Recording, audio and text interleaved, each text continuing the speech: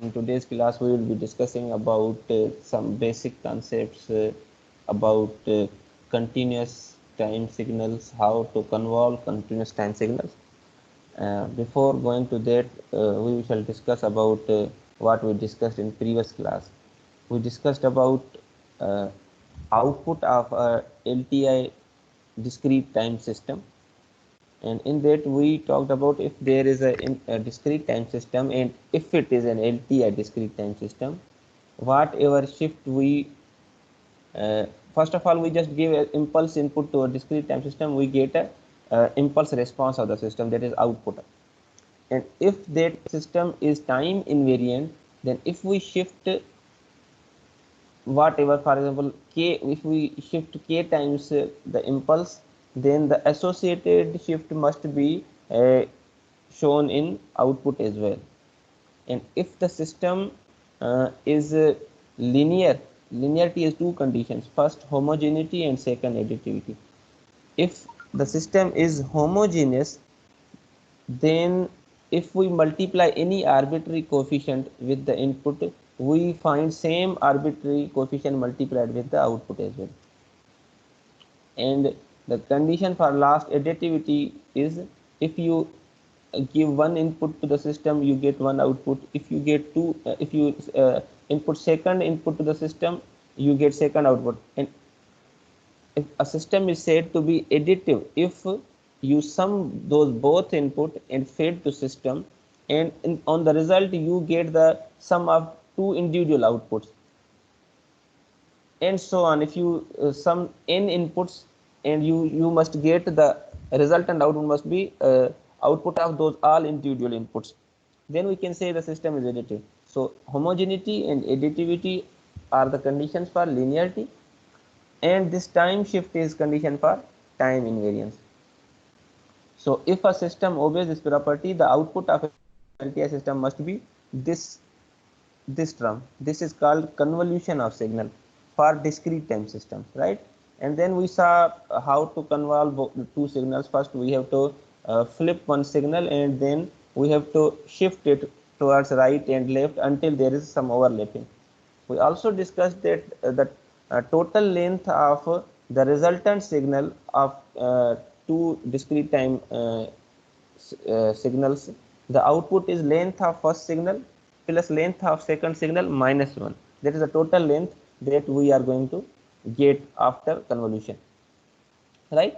And then we saw how to convolve to infinite series of discrete time signals, and afterwards we give little bit touch to continuous time signals as well. Then what is the output of continuous LTI systems? Now today we will carry on from there, and we will also discuss today the properties of LTI system. As we know the normal properties of a basic system, but what are the properties, for example, in terms of memory, time invariance, uh, and stability, and many properties? We would see same for LTI system as well. Then what is the difference between a normal system, how a normal system is said to be memoryless, and how an LTI system is said to be memoryless? What is the difference? So we keep on uh, watching what are the differences as well. So let's start. We left here, if there is a continuous time system, you want to see what this continuous time system do. Then what we do, we just give an impulse input to a system. The result must be the impulse response of the system or output of the system.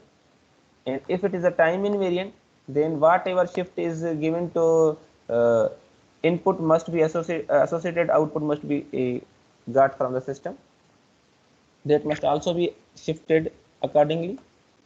And if it is a homogeneous system, any arbitrary coefficient if multiplied with the input, same would be resultant, then same effect would be on output as well. And if it is additive, so n inputs are summed together and fed to system, you will be getting total output of n inputs. So if a system follow this pattern, then we can say that system is LTI continuous time system, and the resultant output is uh, convolution, right? This is also convolution for continuous time signals, right? In same fashion, like we did in discrete time systems,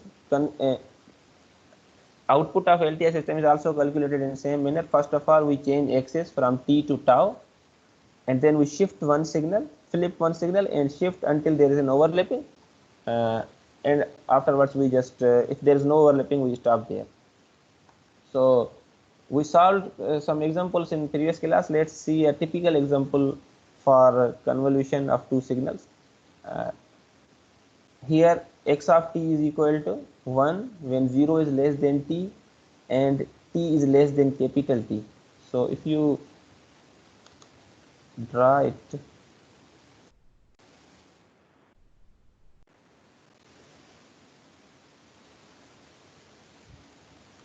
let me draw it here, but I cannot see.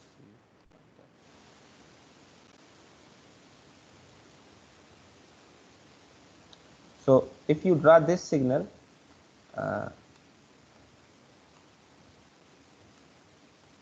the amplitude of signal is 1 from 0 to t. This t can be any number. So up to t, for example, I say t is here. So it is t1 from 0 to t, right? This is x of t. So this is our input. Okay, this is called gate function. But if you want to graph it, we are just talking about convolution, so you don't need to know what is gate function, and you just need to know how to graph this function. So this its amplitude is 1, its amplitude is 1, and it does not change. It's always 1 up to t, and then it is 0 for negative values and positive values. So this is fine. Okay, now what about this? This h of t is equal to t when 0 is less than t, t is less than capital 2t. So how to draw this function?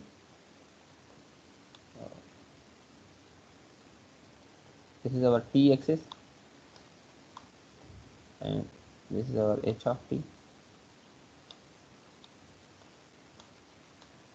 Right now, if you see, its output is same as input. So as t progresses, the output of the system also progresses, right?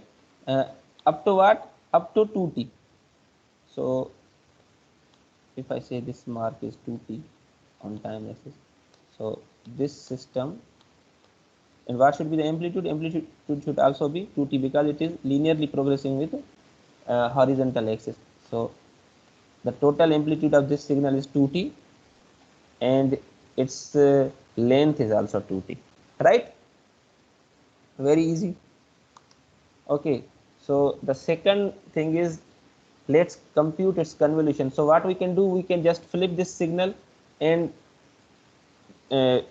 shift this signal until we have some overlapping, and then we will stop here. Okay, so for example, let me just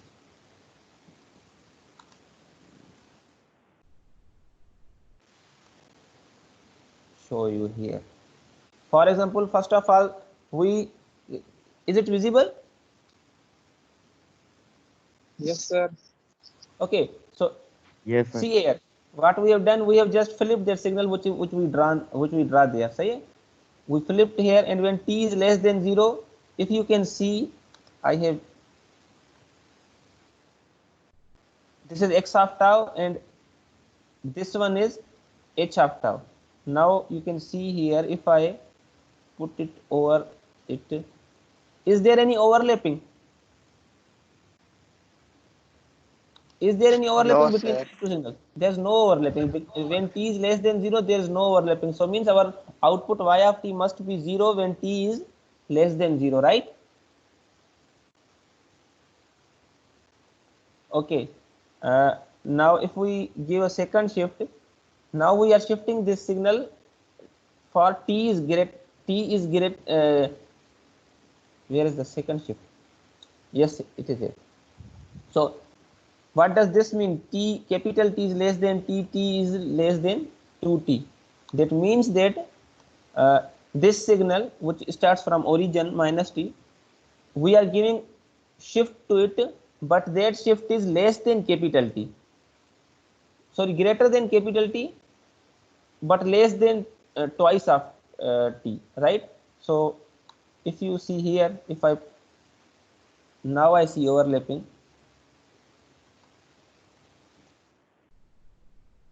you can see there is overlapping, right, from 0 to t, right? Yes, sir. So its base is t and its height is also t, small t. If you see what would be the shaded region, would be area under the curve, right? And it is a triangle with two sides equal, 0 to t this one and 0 to t this one, right?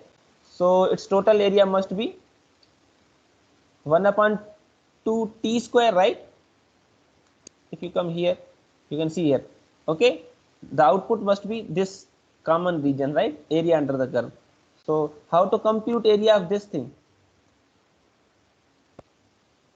You know how to compute the area of a triangle? It's 1 upon 2 base into height, right? So its base is t and its height is also t, so 1 upon 2 t square. That means when the shift is between capital T and small sorry, capital T and 2t, the output is, what is the output?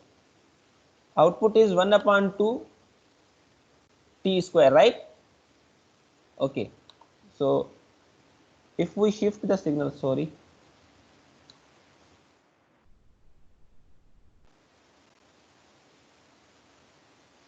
here, uh, if we shift signal with means t greater than 2t, if we shift it twice of the time period but less than 3t, so this would be the graph, resultant graph, this would be resultant graph, right? But we want to see now overlapping between signals, right? So I bring it here and we see what would be the axis for it. Okay, you now you analyze the area, the common region, area under the curve. It the common region starts from t minus 2t, right, from here, and it ends here at capital T, right? So the value for base must be t minus bracket t minus 2t, right? If you want to know the length of the signal, then second point minus first point, you get the answer, right? T minus uh,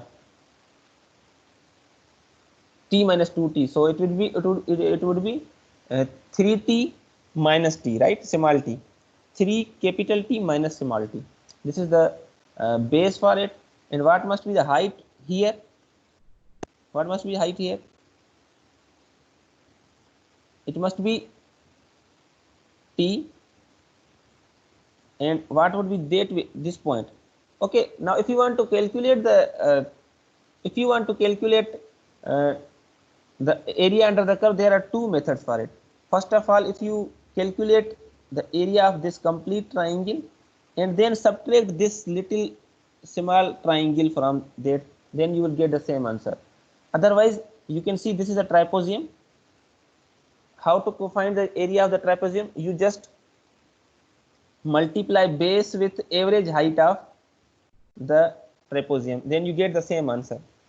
Okay, so the total shaded region is this one. It is from 0 to t, right? Its height is t, and this point, this edge which we are watching here, this one edge, this is equal to t minus capital T, because it is decaying with time period. So we get this value. So if, in order to calculate the area of this thing, how you can calculate? Sorry, because it was, you can see the common region is after origin. I was pointing it incorrect position, right? You can see it is after 0. है, origin के ये बाद है।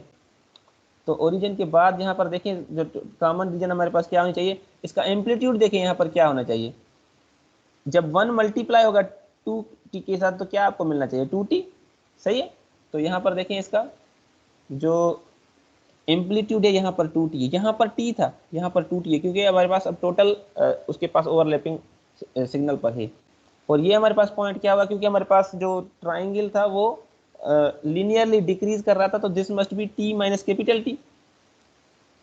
तो अगर आप trapezium इसका value find करना चाहें तो वो किसके बराबर होगा, आप क्या करेंगे, अब पहले इसकी बेस की वैल्यू फाइंड करेंगे, t minus bracket small t minus capital 2t, तो आपके पास रिजल्ट आएगा 3t माइनस टी। और जब उसको मल्टीप्लाई करेंगे एवरेज हाइट इसकी क्या होगी 2t plus t minus capital T, सही है। उसको आपस में ऐड करके डिवाइड बाय 2 करेंगे और मल्टीप्लाई करेंगे बेस के साथ, तो आपके पास जो फाइनल आउटपुट मिलेगा वो इस तरह मिलेगा कि भाई when t is less than 0, इसकी कोई ओवरलैपिंग नहीं थी तो 0 था।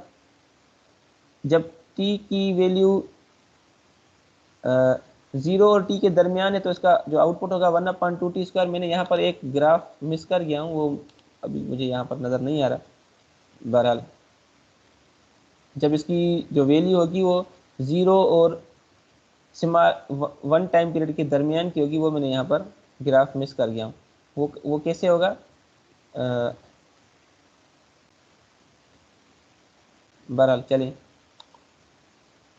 ठीक है। और जब टाइम पीरियड हमारा t और 2t के दरमियान होगा तो हमारे पास जो आउटपुट होगा वो ये होगा। आप इसको कैलकुलेट करके देखिएगा, वरना फिर मैं एक पेज पर आपको इसका सॉल्यूशन सेंड कर दूंगा, ठीक है। बहरहाल ये इतना मुश्किल काम नहीं है कि आप इन तीन जो हमारे पास कॉमन रीजन्स हैं इनका एरिया फाइंड करें, है ना। I think it's very easy. अच्छा, मूविंग फॉरवर्ड। अच्छा, अब हमने लास्ट क्लास में डिस्कस किया था कि जो कन्वोल्यूशन होता है वो कम्यूटेटिव होता है। आज हम इसको देखेंगे कि कम्यूटेटिव किस तरह होता है, सही है। हम इसकी मैथमेटिकल जो वर्जन है उसको भी देखेंगे कि वाकई क्या वहाँ से अगर मैथमेटिकल चीज़ प्रूव हो जाती है तो फिर हम कह सकते हैं कि वो आप कितने भी लफ्ज़ों में लिखें उसमें आपके पास कहीं ना कहीं गुंजाइश रह जाती है, लेकिन अगर आप मैथमेटिकली इसको प्रूव कर दें तो फिर कोई गुंजाइश नहीं रहती। अच्छा, और एसोसिएटिव प्रॉपर्टी उसकी क्या थी कि भाई आप किसी भी आर्डर में आप कन्वोल्यूशन परफॉर्म करें कोई फ़र्क नहीं पड़ता, पहले सिग्नल को दूसरे के साथ कन्वॉल्व करें फिर रिजल्ट को तीसरे के साथ करें, या पहले आप क्या करें लास्ट 2 को आप कन्वॉल्व करें फिर फर्स्ट के साथ उनका रिजल्ट कन्वॉल्व करें तो भी वो सेम होता है। तो इसको एसोसिएटिव प्रॉपर्टी कहते हैं। डिस्ट्रीब्यूटिव प्रॉपर्टी कहते हैं कि आप पहले 2 सिग्नल को सम करें फिर कन्वॉल्व करें, या पहले सिग्नल को तीसरे के साथ कन्वॉल्व करें और दूसरे को तीसरे के साथ और उनको ऐड कर दें तो भी आउटपुट आपको सेम ही मिलेगा, ठीक है। अब यहाँ पर हम आ जाते हैं cumulative property for discrete as well as continuous. अब कन्वोल्यूशन का फार्मूला आपको हमेशा जहन में रखना चाहिए कि ये हमारे पास इसकी सिंबल है। जी बेटा,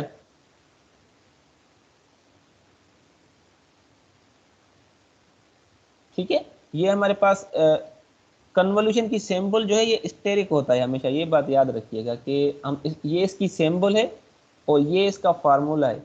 कभी भी आप कोई प्रॉब्लम सॉल्व करेंगे तो ये सिंबल आपको जहन में होना चाहिए कि सिंबल ये है और कैलकुलेट हम इसके थ्रू करते हैं, सही है। ये फार्मूला है इसका। तो अब देखें यहाँ पर अगर मैं n माइनस के जो हमारे पास है ये n माइनस के, ठीक है, इसको अगर मैं एक मैं नया वेरिएबल डिक्लेयर करूँ जिसका मैं नाम दूँ कि भाई फॉर एग्जाम्पल r माइनस के, सही है।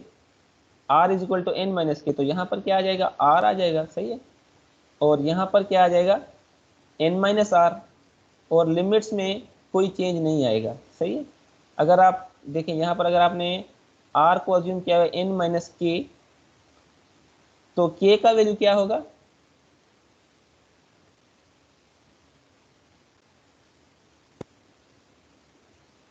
k का वैल्यू n माइनस आर होगा, सही है।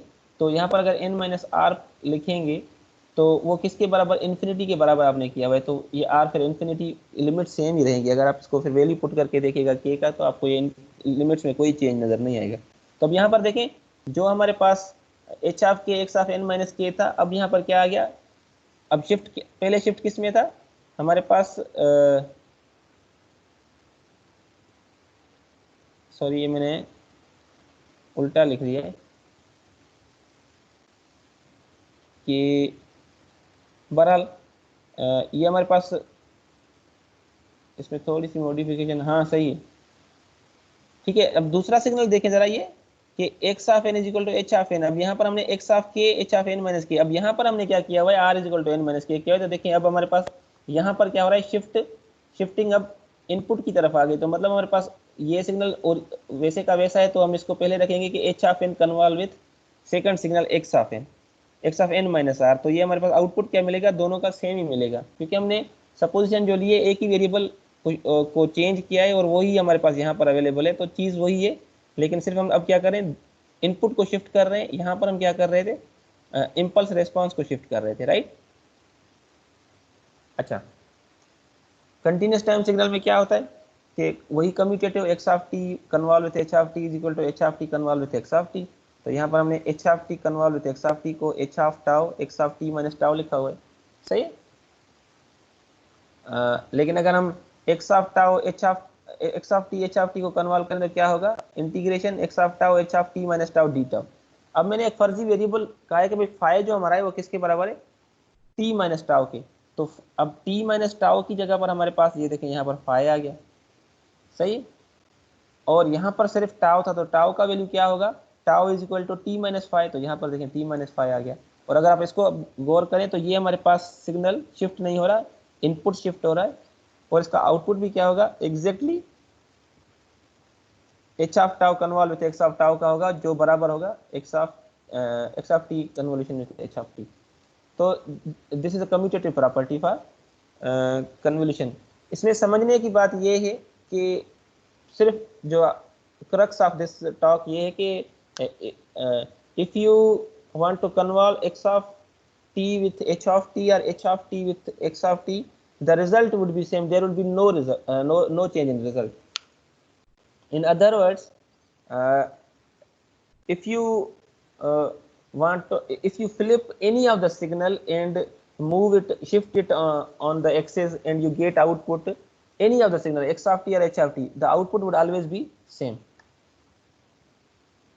ठीक है। अब यहाँ पर डिस्ट्रीब्यूटिव प्रॉपर्टी में हम क्या कह रहे हैं कि भाई अगर फॉर एग्जांपल एक इनपुट सिग्नल आया जो फर्स्ट सिस्टम था उसके इम्पल्स रिस्पांस के साथ कन्वॉल्व हुआ, हमें आउटपुट y1 ऑफ t मिला। वही इनपुट हमारे पास सेकंड सिस्टम के इम्पल्स रिस्पांस से सेकंड सिस्टम से गुजरा, तो हमें हमारे पास आउटपुट जो मिला y2 ऑफ t। अब इनको सम कर दिया हमने। हम ये भी कर सकते थे कि क्योंकि अब हमारे पास x ऑफ t दोनों की तरफ जा रहे हैं, तो हम पहले इन दोनों को सम कर देते h1 ऑफ t और h2 ऑफ t को, और फिर हम एक ही मरतबा इसका जो आउटपुट होता है उसके साथ अगर कन्वोल्यूशन करा देते एक्स ऑफ टी की, तो आउटपुट हमारे पास सेम मिलता। तो this reduce number of calculation second approach, लेकिन हमारे पास डिपेंड करता है सिचुएशन के हिसाब से कि हम कौन सा सिस्टम यूज करें। तो this is distributive property for convolution. Same अगर यहाँ पर हम डिस्क्रीट टाइम सिस्टम के लिए देखें तो यहाँ पर क्या क्या डिफरेंस होते हैं, यहाँ पर एक्स ऑफ एन होता, यहाँ पर h1 ऑफ एन होता, h2 ऑफ एन होता, और y ऑफ एन रिजल्टेंट होगा, सही है। तो यहाँ पर सिर्फ n t की जगह n कर दें तो ये सेम फिर सिस्टम हमारे distributed property for discrete time signals बन जाएगी। अच्छा, अब यहाँ पर क्या है, एसोसिएटिव प्रॉपर्टी, कि भाई फॉर एग्जांपल आपने इनपुट देने किसी सिस्टम में, आपको पास जो आउटपुट मिलेगा उसको आपने w ऑफ n के साथ रिप्रेजेंट किया हुआ है कि भाई w ऑफ n अगर h2 ऑफ n के साथ फिर कन्वॉल्व करें तो आउटपुट आपके पास क्या मिलेगा, y ऑफ n। लेकिन अगर आप क्या करें, पहले इन इम्पल्स रेस्पॉन्सेज दो सिस्टम्स को पहले कन्वॉल्व कर दें और उसको रिजल्टेंट जो सिग्नल इसको h ऑफ n का नाम दें, सही है। और आपको पता है कि ये h1 ऑफ n और h2 ऑफ n क्या है, कन्वोल्यूशन हो रही है तो कम्यूटेटिव है, तो हम h2 of n convolve with h1 of n भी कर सकते हैं। तो यहाँ पर देखें इसने यही किया हुआ है, और आउटपुट हमारे पास क्या मिलेगा, इनका सेम मिलेगा, सही है। या आप h2 ऑफ n को क्या करें, x1 ऑफ n के साथ कन्वॉल्व करें, फिर जो रिजल्ट हो वो h1 ऑफ n के साथ कन्वॉल्व करके फाइनल रिजल्ट फाइंड करें, तो भी बात सेम है, सही है। या आप अगर दो सिग्नल्स उठाएं कोई भी छोटे 3-3 लेंथ के, और उनको अगर कन्वोल्यूशन करके देखें 3 सिग्नल, तो आपको आउटपुट हमेशा, ये सारे जो पॉसिबिलिटीज हैं उनका आउटपुट हमेशा सेम ही मिलेगा। ओके, तो कन्वोल्यूशन को हम यहाँ पर एंड कर देते हैं, कन्वोल्यूशन हमारा यहाँ पर ख़त्म हो जाता है। अब हम जो जिस की बात करेंगे वो प्रॉपर्टीज ऑफ एलटीआई सिस्टम्स हैं, कि भाई एलटीआई सिस्टम हमारे पास मान लीजिए कि मेमोरी भी हो सकता है, मेमोरी लेस भी हो सकता है, इन्वर्टेबल भी हो सकता है, नॉन इन्वर्टेबल भी हो सकता है, काजल भी हो सकता है, नॉन काजल भी हो सकता है, एंड लाइकवाइज स्टेबल और अनस्टेबल भी हो सकता है। तो अब हम इन हर प्रॉपर्टी को देखते हैं कि भाई हमारी बेसिक जो डेफिनेशन है मेमोरी लेस की और मेमोरी की, अब यहाँ पर इस पर्टिकुलर हमारे पास सिनेरियो एलटीआई में किस तरह फिट होती है, आज हम उसको देखते हैं। सही है, अगर आपको याद हो कि हमने कहा था system is memory less if it's output at any time depends only on value of input at the same time. ठीक है, कि जो करंट टाइम है उसके अगर इनपुट पर डिपेंड करता है सिस्टम, तो हम क्या कहते हैं सिस्टम को, मेमोरी लेस सिस्टम कहते हैं, अदरवाइज वो मेमोरी होता है। सही है, तो for continuous time LTI system H of T must be zero when T is not equal to zero. अगर एलटीआई सिस्टम को हम कब कहेंगे मेमोरी लेस, जब उसका जो इम्पल्स रिस्पांस है वो जीरो होगा, सिवाय जीरो ओरिजिन के। सही है, सिर्फ ओरिजिन पर इसका क्या होगा, कुछ वैल्यू होगा,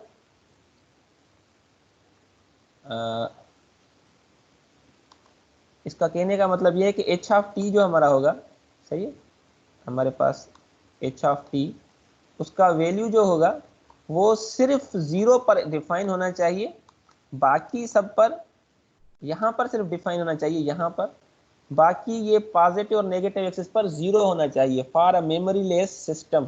ठीक है, इम्पल्स रेस्पॉन्स इनपुट नहीं, सही है, ये इम्पल्स रेस्पॉन्स, ये जो हम इस तरह हम बना रहे हैं, हमेशा बार बार बॉक्स बना रहे हैं, ये जो सिस्टम है हमारे पास, इनपुट तो इस तरफ से आता है। ठीक है, हम इसको, इस सिस्टम को मेमोरी लेस कब कहेंगे, जब इसका जो इम्पल्स रेस्पॉन्स होगा एच ऑफ टी वो नॉन जीरो हो, सिर्फ टी इक्वल टू जीरो पर, बाकी सब एक्सिस पर ये क्या होना चाहिए, जीरो होना चाहिए। सही है, अगर है तो मेमोरी लेस सिस्टम कहलाएगा, अगर नहीं है तो वो क्या होगा, मेमोरी सिस्टम कहलाएगा। सही है, अच्छा इसको हम मैथमेटिकली थोड़ा देख लेते हैं कि अब ये कब हो सकता है। सही है, अब हमारे पास डेफिनेशन हमारे पास क्या है, convolution is output response of LTI system. तो अगर हम उसको उसकी इक्वेशन हमारे पास ये बनती है summation K from infinity minus infinity to infinity X of K H of N minus K. अब हम क्या चाहते हैं कि ये वाला जो सिग्नल है भाई, ये हमारे पास क्या हो, सिर्फ जीरो एक्सिस पर डिफाइन हो, बाकी कहीं नहीं हो। तो जीरो एक्सिस पर कोई ऐसा हमारे पास, हमने सिग्नल शुरू में पढ़ा था शायद, कि जो सिर्फ जीरो पर डिफाइन होता है, बाकी कहीं नहीं होता, याद है आप लोगों को, वो डेल्टा एन है। सही, डेल्टा एन, डेल्टा एन हमारा क्या होता है, सिर्फ जीरो इंडेक्स पर डिफाइन होता है, बाकी कहीं पर नहीं होता। तो हम कहते हैं कि एच ऑफ एन हमारा अगर के डेल्टा एन होगा तो सिर्फ ये जीरो पर डिफाइन होगा। नाउ दिस के इज एनी आर्बिट्री वैल्यू, सही है, कोई भी वैल्यू हो सकती है, लेकिन अब जो डेल्टा एन है हमारे पास वो क्या होना चाहिए, एच ऑफ एन जो हमारे पास होना चाहिए वो डेल्टा एन ही होना चाहिए विद सम कोफिशिएंट। इस कोफिशिएंट का मतलब क्या है कि इसका वैल्यू हम, जैसे जो हमारे पास इम्पल्स होता है ये H of delta of N, delta of N, सही है, इसका एम्पलीट्यूड क्या होता है, वन होता है। हम हमेशा नहीं चाहते कि इसका एम्पलीट्यूड वन हो, इस वजह से हमने क्या किया हुआ है, इसका आउटपुट क्या होता है, वन होता है। सही है, एम्पलीट्यूड। तो हो सकता है हमें कभी कभी इस तरह का कोई सिस्टम डिजाइन करना हो जिसमें हमारे पास इम्पल्स रिस्पांस 5 होना चाहिए सिस्टम का, या 10 होना चाहिए, या माइनस में होना चाहिए। तो हमारे पास ये के, इस वजह से हम यहाँ पर हमने लिखा हुआ है कि के का वैल्यू चेंज हो सकता है। लेकिन बहरहाल एच ऑफ एन का वैल्यू क्या होना चाहिए, के डेल्टा एन होना चाहिए हमेशा। ठीक है, मेमोरी लेस होने के लिए। अगर इसमें थोड़ा सा शिफ्ट हो जाता, या इसमें कोई इस तरह का कोई सिग्नल होता जिसमें एक दो वैल्यूज हो जाते जो हमारे पास किसी और वैल्यू पर भी डिफाइंड होते, मतलब हमारे एच ऑफ एन हमारे पास सिर्फ ओरिजिन पे ना डिफाइन होता, कहीं कुछ कुछ इसके इम्पल्सिस और भी होते, एक साथ एच ऑफ वन भी होता, एच ऑफ टू भी होता, तो वो मेमोरी हो जाता, मेमोरी लेस नहीं होता। ठीक है, तो अब हम यहाँ पर आ जाते हैं कि अगर हम यहाँ पर अब देखें के का वैल्यू फाइंड करना चाहें, हमको पता है कि ये जो डेल्टा एन है वो कहाँ पर सिर्फ वन होता है, डेल्टा ऑफ जीरो पर। सही है, तो यहाँ पर जो के होगा वो हमेशा एच ऑफ जीरो के बराबर होगा। सही है, जो भी वैल्यू होगा यहाँ पर, अगर फॉर्मूला यहाँ पर 5 होता तो एच के का वैल्यू 5 होता, अगर यहाँ पर -1 होता तो यहाँ पर के का वैल्यू -1 होता, एंड सो ऑन। तो अगर आप यहाँ पर देखें, अगर हम इसको रिप्लेस कर दें सारे सिग्नल को इसके साथ, के साथ, तो हमारे पास यहाँ पर क्या आ जाएगा, देखिए वाई ऑफ एन का आउटपुट क्या होगा, कुछ भी नहीं होगा, सिर्फ K multiply by X of N हो जाएगा। ठीक, अच्छा हम इसको इस तरह भी लिख सकते हैं, ये हमने शुरू में देखा था जब हम सेट ऑफ इम्पल्सेस में शो कर रहे थे किसी भी सिग्नल को, तो हम एक्स ऑफ एन को इस तरह भी रिप्रेजेंट कर सकते हैं। सही है, ओके। लाइकवाइज अगर इसकी प्रॉपर्टी मेमोरी लेस की आप यहाँ पर देखें कंटिन्यूस के लिए, तो वही फिर हमारे पास ये किसके बराबर होना चाहिए, इम्पल्स के बराबर होना चाहिए with some coefficient constant multiple. तो फिर अगेन के की वैल्यू यही होगी, तो Y of T is equal to K X of T and so on. ठीक है, तो मेमोरी लेस के लिए एलटीआई सिस्टम के लिए क्या होना चाहिए, 4 5 क्या कंडीशन होनी चाहिए?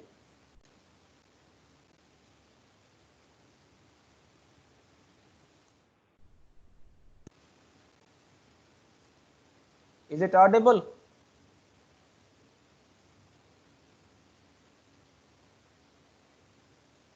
Four three. Yes, sir. Connect no system babam LTI system memory less.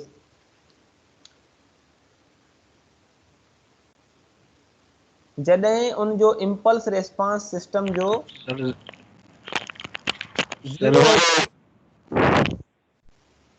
Zero हो जाए for all axis except origin. सही है, सिर्फ ओरिजिन ते हू जेको आहे न जीरो न हो जाए, बाकी हर जगह ते जीरो हो जाए, तो पोइ मेमोरी लेस थींदो। सही है, एलटीआई। Okay, yes sir. जो हमारे पास नॉर्मल सिस्टम की हम बात कर रहे थे, वो हमारे पास मेमोरी लेस था जब हम करंट इनपुट पर डिपेंड करते थे। सही है, एलटीआई में हमारे पास करंट इनपुट पर तभी रहेंगे जब हमारे पास एच ऑफ टी क्या हो, सिर्फ के डेल्टा टी हो। सही है, अदरवाइज हमारे पास सिस्टम एलटीआई नहीं होगा।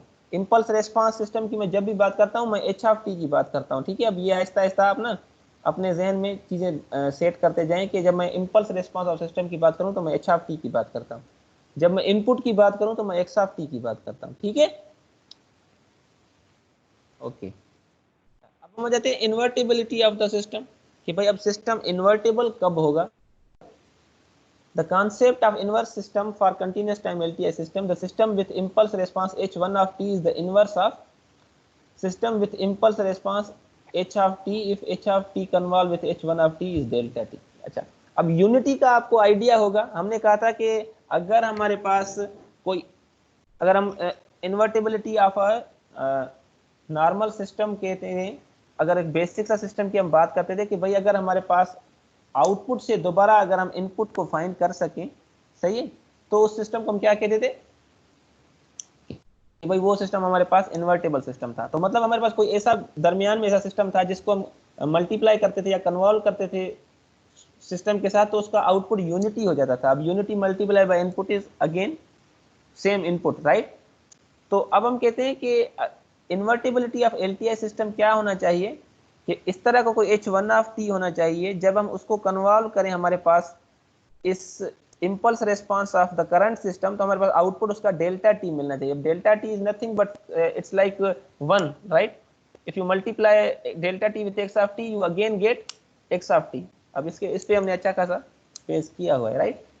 तो कहने का मतलब ये है कि इन्वर्टिबिलिटी ऑफ द सिस्टम कब इंश्योर होती है कि अगर हमारे पास कोई ऐसा system impulse response of a system available हो जिसको जब हम कन्वॉल्व करें हमारे इस सिस्टम के साथ तो हमें आउटपुट डेल्टा टी मिले। अगर ये पॉसिबिलिटी है तो हमारा सिस्टम एलटीआई सिस्टम इन्वर्टेबल है, अदरवाइज वो कभी भी इन्वर्टेबल नहीं होगा। ठीक है, तो यहाँ पर हमने यही कंडीशन देखी हुई है कि भाई हमारे पास H1 हमारे पास क्या है, impulse response of current system है। ये हम दूसरा सिस्टम कह रहे हैं कि भाई अगर ये H1 ऑफ n एग्जिस्ट करेगा, जब हम इसको कन्वॉल्व करेंगे, अगर हमें डेल्टा n मिलता है तो ठीक है, हमारे पास सिस्टम जो है वो इन्वर्टेबल है, अदरवाइज नहीं है। ठीक है, तो हम कंसीडर करते हैं फॉर एग्जाम्पल हमारे पास H ऑफ n क्या है, U ऑफ n के बराबर है। तो हम हमारे पास जो आउटपुट होगा वो किसके बराबर होगा, हमने इनपुट वैसे ही रख दिया और इसको शिफ्ट कर दिया एच ऑफ एन को एन माइनस के। सही, आपको पता है कन्वोल्यूशन में क्या होता है कि हमारे पास एच, हम एक सिग्नल को क्या करते हैं, फ्लिप और शिफ्ट करते हैं, तो ये हमने यू ऑफ एन माइनस के लिख दिया। ठीक है, अब ये देखें यू ऑफ एन माइनस के का असर क्या होगा, ये 1 होगा from minus infinity to N. तो लिमिट्स में देखा सिर्फ चेंज आ गया, यहाँ पर इन्फिनिटी था अब एन आ गया है, के फ्रॉम अब यहाँ से 0 हो जाएगा। सही है, क्योंकि हमारे पास नहीं, क्योंकि हमारे इनपुट का पता नहीं तो हम इसको माइनस इन्फिनिटी रहने देते हैं। ठीक है, तो ये क्या हो गया, Y of N is summation of X of K, right.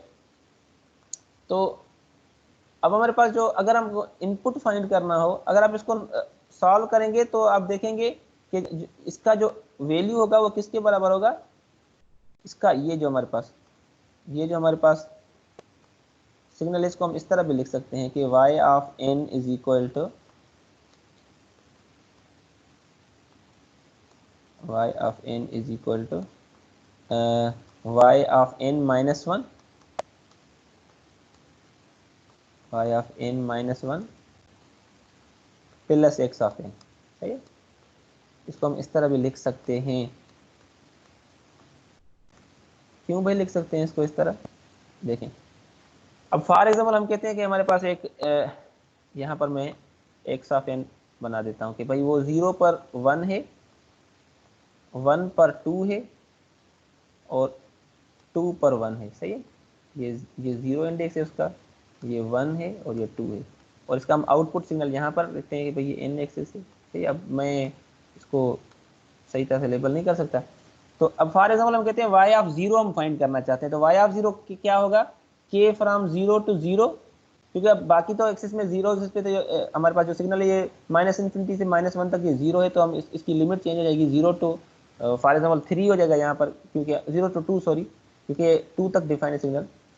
तो वाई ऑफ 0 हमारा क्या होगा, 0 टू 0 एक्स ऑफ 0। सही है, तो एक्स ऑफ 0 हमारा किसके बराबर है, 1 के बराबर है, तो इसका ओरिजिन पर वैल्यू क्या होगा, 1 होगा। ठीक है, अच्छा अगेन अगर मैं y ऑफ 1 फाइंड करना चाहूँ तो क्या होगा, k from 0 to 1 x of k, तो ये किसके बराबर हो जाएगा, summation x of 0 plus x of 1। तो x ऑफ 0 हमारा क्या है, 1 है, और x ऑफ 1 हमारा क्या है, 2। तो टोटल हमारे पास यहाँ पर आउटपुट क्या मिला, 3। ठीक है, और अगर हम इसको y ऑफ 2 फाइंड करना चाहें तो k कब कहाँ से कहाँ तक हो जाएगा, 0 से लेकर 2 तक x ऑफ k। तो समेशन को अगर ओपन करेंगे तो क्या होगा, x of 0 plus x of 1 plus x of 2। तो टोटल हमारे पास क्या होगा, 1 प्लस 2 3, 3 प्लस 1 4। तो हमारा सेकंड इंडेक्स पर ये क्या हो जाएगा, 4। ठीक है, अच्छा अब एक और चीज देखें, अब y ऑफ 0 हमारा किसके बराबर था, y ऑफ 0 हमारा 1 के बराबर था। अगर मैं यहाँ पर y ऑफ 1 फाइंड करना चाहूँ तो y of 1 is equal to y of 0 plus x of 1, right, क्योंकि n माइनस 1 अब हमारे पास यहाँ पर 1 आ जाएगा, तो यहाँ पर क्या आ जाएगा 0, क्योंकि n माइनस 1 इज 0, तो 1 माइनस 1 इज 0। तो y ऑफ 0 प्लस हमारे पास करंट इनपुट। तो देखें हम प्रीवियस इनपुट को, प्रीवियस आउटपुट को अगर ऐड करें हमारे पास करंट इम्पल्स के साथ इनपुट की, तो हमारे पास आउटपुट क्या मिल रहा है, करंट आउटपुट मिल रहा है। तो हम इस इक्वेशन को इस तरह भी लिख सकते हैं।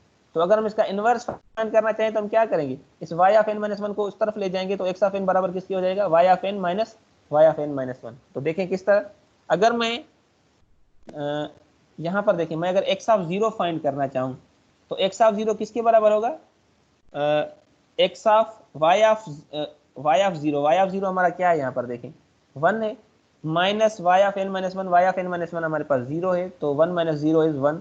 तो देखिए हमारे पास इनपुट सिग्नल का 0th इंडेक्स हमें 1 मिल रहा है। अगर मैं y ऑफ 2 फाइंड करना चाहूँ, सॉरी x ऑफ 2 फाइंड करना चाहूँ, मतलब ये जो हमारे पास इसका वैल्यू 1 था ना, अब देखते हैं कि x of 2 is equal to y of 2 minus y of n minus 1। तो y ऑफ 2 हमारा क्या है, 4 है, और अगर 4 से हम प्रीवियस उसका से इम्पल्स 3 सब्ट्रैक्ट करेंगे तो हमें आउटपुट क्या मिलेगा, 1। तो देखें y ऑफ x ऑफ 2 हमारा क्या है, 1 है। तो मतलब इसका हम क्या कर सकते हैं, हम कह सकते हैं कि अगर हम इस सिग्नल को, इसका मतलब इन्वर्स, हमारे पास इन्वर्टेबल ये सिस्टम है, अगर यहाँ से आप देखें, सही है, तो इसकी इन्वर्टेबिलिटी एग्जिस्ट करती है। ठीक है,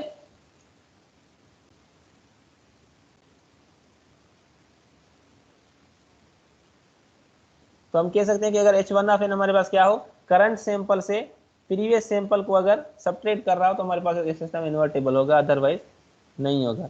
ठीक है, तो ये हमने फिर प्रूव भी किया हुआ है कि अगर देखें u ऑफ n को आप कन्वॉल्व करें, हमारे पास सिस्टम का रिस्पॉन्स कहता है u ऑफ n, सही है। तो हम कह रहे हैं कि अगर delta n minus delta n minus 1 से इसको साथ कन्वॉल्व करें तो u ऑफ n कन्वॉल्व करें अगर डेल्टा n के साथ, तो आपको क्या मिलेगा, सेम u ऑफ n ही मिलेगा, सही है। इसका जो आउटपुट होगा वो वही u ऑफ n ही होगा अगेन, लेकिन यहाँ पर क्या होगा, एक यूनिट का शिफ्ट आ जाएगा due to this delta n minus 1, सही है। तो अब अगेन आप देखें, अगर u ऑफ n से u ऑफ n माइनस 1 को सब्ट्रैक्ट करें, अगर आपको याद हो कि u ऑफ n हमारा क्या होता है, 0 से लेकर इन्फिनिटी तक इसके इम्पल्सेस क्या होते हैं, 1 होते हैं, ठीक है। और u ऑफ n माइनस 1 एक शिफ्ट है किस तरफ, डिले की तरफ, राइट की तरफ, सही है। तो ये यहाँ से शुरू होगा एक यूनिट को छोड़कर, ये हमारे पास एक्सिस का है, ठीक है, ये इसको ये एक्सिस है। तो अब अगर देखें इस सिग्नल में से इसको सब्ट्रैक्ट करें तो ये सारे वैल्यू जो है 1 minus 1 is 0, 1 minus 1 is 0 up to infinity, हमारे पास ये सारे खत्म हो जाएंगे। सिर्फ ये जो इसका ओरिजिन पर u ऑफ n का वैल्यू था वो यहाँ पर 0 है, तो 1 माइनस 0 इज 1, तो इसका रिजल्ट क्या होगा, ये सिर्फ ओरिजिन पर इसका वैल्यू 1 होगा, अदरवाइज ये क्या होगा, हमेशा 0 होगा। तो ये हमारे पास किसकी डेफिनेशन है, u डेल्टा n की। तो हमारे पास h1 ऑफ n अगर देखिए हमारे पास ये आइडेंटिटी सिस्टम आ गया ना, h1 ऑफ n अगर इसके बराबर हो और सिस्टम का जो हमारे पास इम्पल्स रिस्पांस हो वो u ऑफ n हो, तो हमारे पास आइडेंटिटी सिस्टम प्रोड्यूस होता है। ठीक है, अच्छा अब सिस्टम की काजलिटी की बात की जाए तो सिस्टम काजल कब होगा, सिस्टम नॉर्मल सिस्टम काजल कब होता है, system is said to be causal if it depends on current और प्रीवियस इनपुट। ये करंट या प्रीवियस इनपुट पर अगर निर्भर करता है तो हमारे पास जो सिस्टम होता है वो काजल होता है, और अगर वो फ्यूचर इनपुट पर डिपेंड करता है तो वो सिस्टम नॉन काजल होता है। तो एलटीआई सिस्टम कब काजल होता है, LTI system is said to be causal if the impulse response, जिसको हम h of T H of n कहते हैं, is zero on negative axis. हमारे पास एच ऑफ एन जो होता है या एच ऑफ टी, उसका कोई भी वैल्यू हो लेकिन नेगेटिव एक्सिस पर ये हमेशा जीरो होना चाहिए, डिफाइन नहीं होना चाहिए। अगर होगा तो हमारे पास सिस्टम क्या होगा, नॉन काजल हो जाएगा, सही। अच्छा अब इसको जरा यहाँ पर देखते हैं कि अगर ये समेशन जो हमारे पास बनती है आउटपुट रिस्पांस की, इसको अगर हम प्लाट करें तो देखें ये इस तरह बनेगी, h of minus 3 x of n plus 3, h of minus 2 x of n plus 2 and so on. अब देखने की चीज क्या है, देखें अगर ये नेगेटिव एक्सिस पर डिफाइंड है तो देखें हमारे पास y ऑफ, अगर फॉर एग्जाम्पल हम बात करें -3 की, तो यहाँ पर क्या आ जाएगा भाई, देखें h ऑफ -3, लेकिन हमारे पास इनपुट क्या आ रहा है, देखें फ्यूचर का x of n plus 2। Likewise अगर हम n -2 की बात करें तो इनपुट हमें +2 मतलब फ्यूचर का इनपुट, अगर इसका -1 वैल्यू है फिर भी हमारे पास इनपुट जो वो फ्यूचर का हमें रिक्वायर हो रहा है। इस वजह से हम क्या कहते हैं कि h ऑफ n की, h ऑफ k की अगर वैल्यू 0 होती तो ये सारे वैल्यूज खत्म हो जाते, लेकिन 0 ऑनवर्ड्स देखें अगर हम 1 की बात करें तो h of 1 x of n minus 1 previous input, current input, previous input, और आगे भी हमारे पास हमेशा प्रीवियस इनपुट ही आते रहेंगे। तो ये सारे वैल्यूज क्या होने चाहिए, ये सारे वैल्यूज हमारे 0 होना लाजमी है फॉर काजलिटी ऑफ एलटीआई सिस्टम, ठीक है। क्योंकि हम एलटीआई सिस्टम को इसके आउटपुट को तो चेंज नहीं कर सकते, लेकिन अगर हम इम्पल्स रिस्पांस को नेगेटिव एक्सिस पर 0 कर दें तो हमारे पास काजलिटी बरकरार रहेगी, सही है। तो हम कहते हैं कि h of n must be 0 when n is less than 0। Likewise in continuous में हम कहते हैं h of t must be 0 when t is less than 0। ठीक है, चलें अभी टाइम है तो हम स्टेबिलिटी को भी देख लेते हैं, या हम स्टेबिलिटी को नेक्स्ट क्लास में देखेंगे, अभी हम क्वेश्चंस को देखते हैं।